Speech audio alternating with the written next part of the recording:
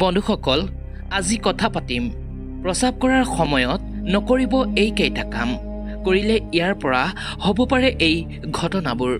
গতিকে বন্ধুসকল, প্ৰথমেই মোৰ চেনেল টিপছ ABC 101লৈ আপোনালোকক স্বাগতম জনাইছোঁ। আপোনালোক কেনে আছে? ভালে থাকক আৰু সুস্থ থাকক। সদায় দৰে এই চেনেলৰ প্ৰতিটো ভিডিঅ' উপভোগ কৰক। বন্ধুসকল, এতিয়া আহক ভিডিঅ'টি আৰম্ভ কৰি লওঁ। বন্ধুসকল, প্ৰস্ৰাৱ কৰাৰ সময়ত বহু লোকেই এই ভুলকেইটা কৰি থাকে, কিন্তু ইয়াৰ পৰা কি ক্ষতি হ'ব পাৰে আমি আজি ইয়াৰ বিষয়ে জানিম।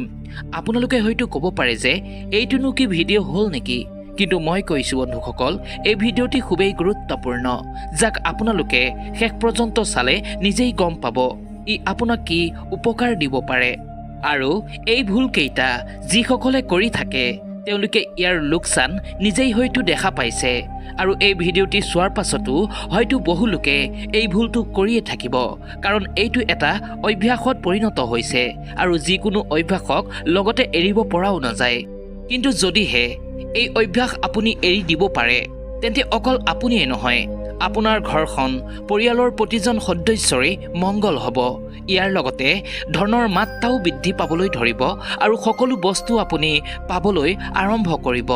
যদিহে এই ভুলকেইটা কৰি থকা হয়, তেন্তে ইয়াৰ দ্বাৰা ৰাহু আৰু কেতুক এক্টিভেট কৰা হয় বা সক্ৰিয় কৰি তোলা হয়, অৰ্থাৎ নিগেটিভ এনাৰ্জিৰ ক্ষেত্ৰত সক্ৰিয় কৰি তোলা হয়।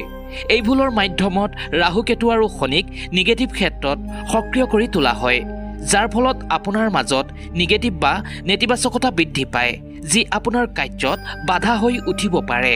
বন্ধুসকল, ইয়াৰ ভিতৰতে হৈছে 1 নম্বৰতে আমি যেতিয়া বাহিৰলৈ যাওঁ, বিশেষকৈ ই পুৰুষসকলৰ ক্ষেত্ৰত বেছি হয়।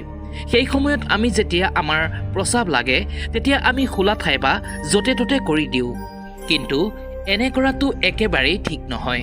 যদি এনেকুৱা কৰা হয়, তেন্তে এফালে চাওক, যিদৰে কোৱা হয় যে চাফ চিকুণ বা স্বচ্ছতা ৰাখিবলৈ, যেনে আমাৰ সমাজত বা দেশখনক যিদৰে স্বচ্ছতা ৰাখিবলৈ কোৱা হয়, এই দিশতো ই এটা ভুল হয়। আনফালে ইয়াৰ ফলত নিজৰ কুণ্ডলীত ৰাহু কেতুক অশুভ কৰা হয় নিজৰ ভুলৰ কাৰণে। এই ক্ষেত্ৰত আজিকালি চহৰ বা নগৰৰ যিকোনো ঠাইতে ৰাইজৰ বাবে শৌচালয় বা প্ৰস্ৰাৱগাৰ বনোৱা হৈছে। গতিকে এনে ঠাইত প্ৰস্ৰাৱ কৰিবলৈ চেষ্টা কৰিব লাগে, কাৰণ ইয়াৰো এটা ঠাই থাকে। সেয়েহে য'তে ত'তে প্ৰস্ৰাৱ নকৰি সঠিক স্থানত প্ৰস্ৰাৱ কৰিব লাগে, নহ'লে নিজৰ ভুলৰ বাবেই নিজৰ জন্ম কুণ্ডলীত ৰাহু কেতুক অশুভ কৰা হয়, যাৰ ফলত ৰাহু কেতু ওলোটা দিশে গতি কৰিব লয়। ইয়াৰ লগতে জানিম বাথৰুম, ৱাছৰুম বা শৌচালয়ৰ লগত জড়িত কিছু কথা। যেতিয়া আপুনি এই বাথৰুম বা শৌচালয় ব্যৱহাৰ কৰিব, এই ক্ষেত্ৰত মনত ৰাখিব, ইয়াক সদায় পৰিষ্কাৰকৈ ৰাখিবৰ বাবে, সেয়া লাগিলে পুৰুষেই হওক বা মহিলাই হওক। এনে বহু লোক আছে যি বাথৰুমত সোমোৱাৰ পাছত বাথৰুমটো একেবাৰেই লেতেৰা কৰি থৈ আহে।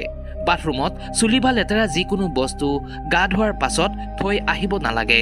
গা ধুই সম্পূৰ্ণ পৰিষ্কাৰ কৰি টিঙৰ পৰা সকলো লেতেৰা পানী পেলাই ধুই পৰিষ্কাৰ কৰি আকৌ টিংটোত নতুন পানী পূৰ্ণ কৰি ভৰাই থৈ আহিব লাগে, কাৰণ আমাৰ বাথৰুম বা শৌচালয় হৈছে সকলোতকৈ নিগেটিভ এনাৰ্জি বেছিকৈ থকা এডোখৰ ঠাই। যদিহে বাথৰুম লেতেৰা কৰি ৰখা হয়, তেন্তে ইয়াৰ ফলত আপোনাৰ জন্ম ৰাশিত ৰাহু কেতু অশুভ হ'ব পাৰে। ইয়াৰ লগতে যিসকল লোকে ৱাছৰুম বা বাথৰুম ইউজ কৰে, এনে বহু লোকেই আছে যি শৌচালয় বা বাথৰুমত মোবাইল ফোন ইউজ কৰে, কিন্তু এনেকুৱা একেবাৰেই কৰিব নালাগে, কাৰণ আজিকালি যিকোনো প্ৰকাৰৰ ধনৰ লেনদেন এই মোবাইল ফোনৰ জৰিয়তে কৰা হয়। ইয়াৰ বাহিৰেও ব্যৱসায়ৰ লগত জড়িত কথা বতৰা বা লাভ লাইফৰ লগত জড়িত কথা বতৰা এই মোবাইলটোৰ জৰিয়তেই কৰা হৈ থাকে।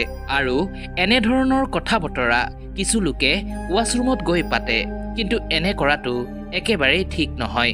ইয়াৰ পৰা এই ক্ষেত্ৰত আপুনি পজিটিভ কোনো ৰিজাল্ট নাপাব পাৰে, কাৰণ ইয়াৰ প্ৰয়োগ আপুনি সঠিক স্থানত কৰা নাই। নিগেটিভ ঠাইত বহি যদি পজিটিভ বিষয়ে কথা বতৰা পতা হয়, তেন্তে ইয়াৰ পৰা পজিটিভ নহয়, নিগেটিভ ৰিজাল্টহে পোৱা যায়। ইয়াৰ ফলত প্ৰেম জীৱনত বা লাভ লাইফত সম্বন্ধ বেয়া হ'ব পাৰে, সোনকালে বেকআপো হ'ব পাৰে। ইয়াৰ লগতে আজিকালি ধন সম্বন্ধীয় কথা বতৰা বেছিভাগেই এই ফোনৰ মাধ্যমতে হয়। বহু কামেই ইয়াত হয়, যেনে গুগল পে, ফোনপে আদিৰ জৰিয়তে ধন দিয়া আৰু লোৱা হয়। গতিকে যদি এই শৌচালয় বা বাথৰুমত বহি এই সম্বন্ধীয় কথা বতৰা পাতে বা ধনৰ লেনদেন কৰে, তেন্তে এই ধন সম্বন্ধীয় চিন্তা বা সমস্যা বা ধন হানি, ধন ক্ষতি হোৱাৰ সম্ভাৱনা বাঢ়ে। লগতে ব্যৱসায়ক লৈ যদি কোনো কথা বতৰা পতা হয়, তেন্তে ইয়াৰ ফলত ব্যৱসায়ৰ লগত জড়িত দিশত নেতিবাচক প্ৰভাৱ পৰিবলৈ আৰম্ভ কৰিব পাৰে। সেয়েহে এই ক্ষেত্ৰত ধ্যান দিয়া উচিত, কাৰণ আজিকালি আপোনাৰ এই মোবাইলটোত ধনৰ পৰা আৰম্ভ কৰি আপোনাৰ পাৰ্চনেল আৰু প্ৰাইভেট লাইফৰ লগত জড়িত সকলোবোৰ বস্তুৱেই মজুত থাকে।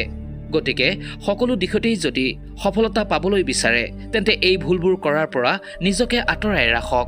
যদিহে কোনো কামৰ লগত সম্বন্ধিত কথা বতৰা আপুনি আন কাৰোবাৰ সৈতে পাতিব লগা আছে, তেন্তে ইয়াৰ পৰা বাহিৰলৈ ওলাই আহি পাতক, কিন্তু ৱাছৰুম বা বাথৰুমৰ ভিতৰত কেতিয়াও নাপাতিব।